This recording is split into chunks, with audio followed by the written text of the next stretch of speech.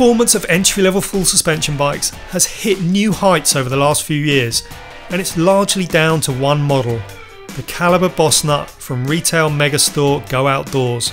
With aggressive geometry, a superb specification and impeccable handling, this £1,000 ripper punches way above its weight, putting many of its more expensive rivals to shame.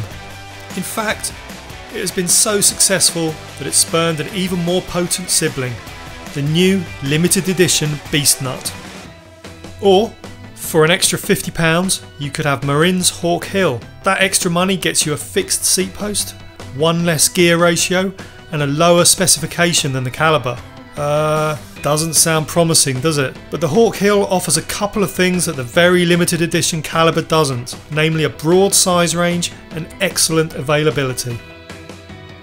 With progressive geometry and a whopping 5 frame sizes on offer, our size large test rig felt perfectly proportioned. The alloy frame is stout too, and some of that stiffness can be attributed to the wider 142mm dropout spacing, something that's missing from the Calibre.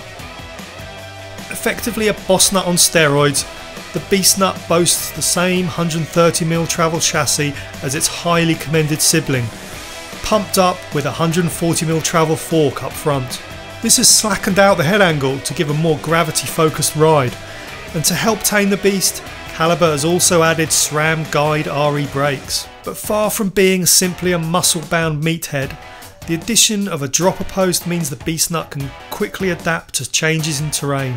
And the SRAM NX 1x11 drivetrain sheds excess flab while offering a more comprehensive gear range than the Marin.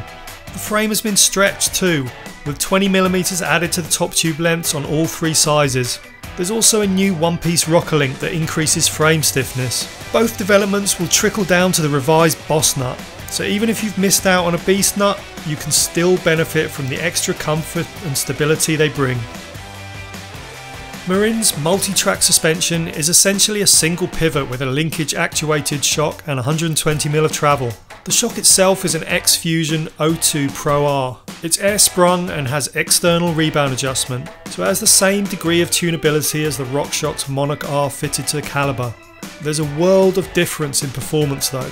Unfortunately, the X-Fusion shock feels sticky and lifeless, and only bigger hits provide enough force to wake it from its slumber, so the bike feels much more jarring on small, square edge bumps. Are we turning into the Princess and the Pea?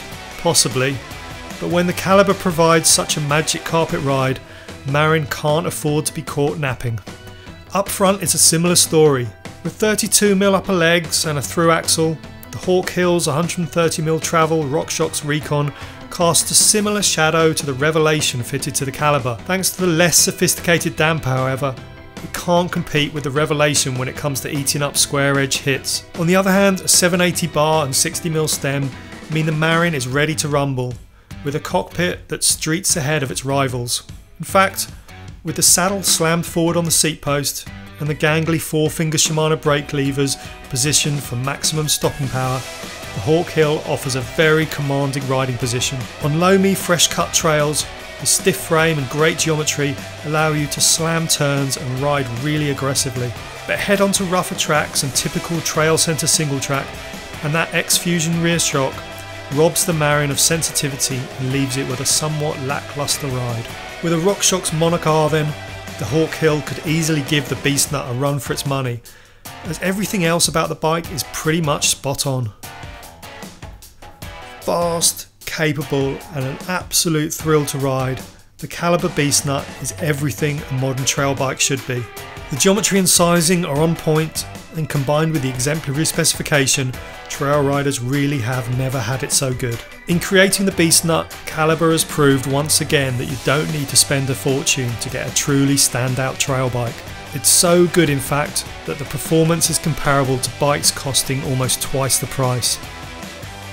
While Calibre might be the better bike here, both models offer amazing performance at relatively affordable prices. So the real winner in this test is you and I, and that's definitely something to celebrate.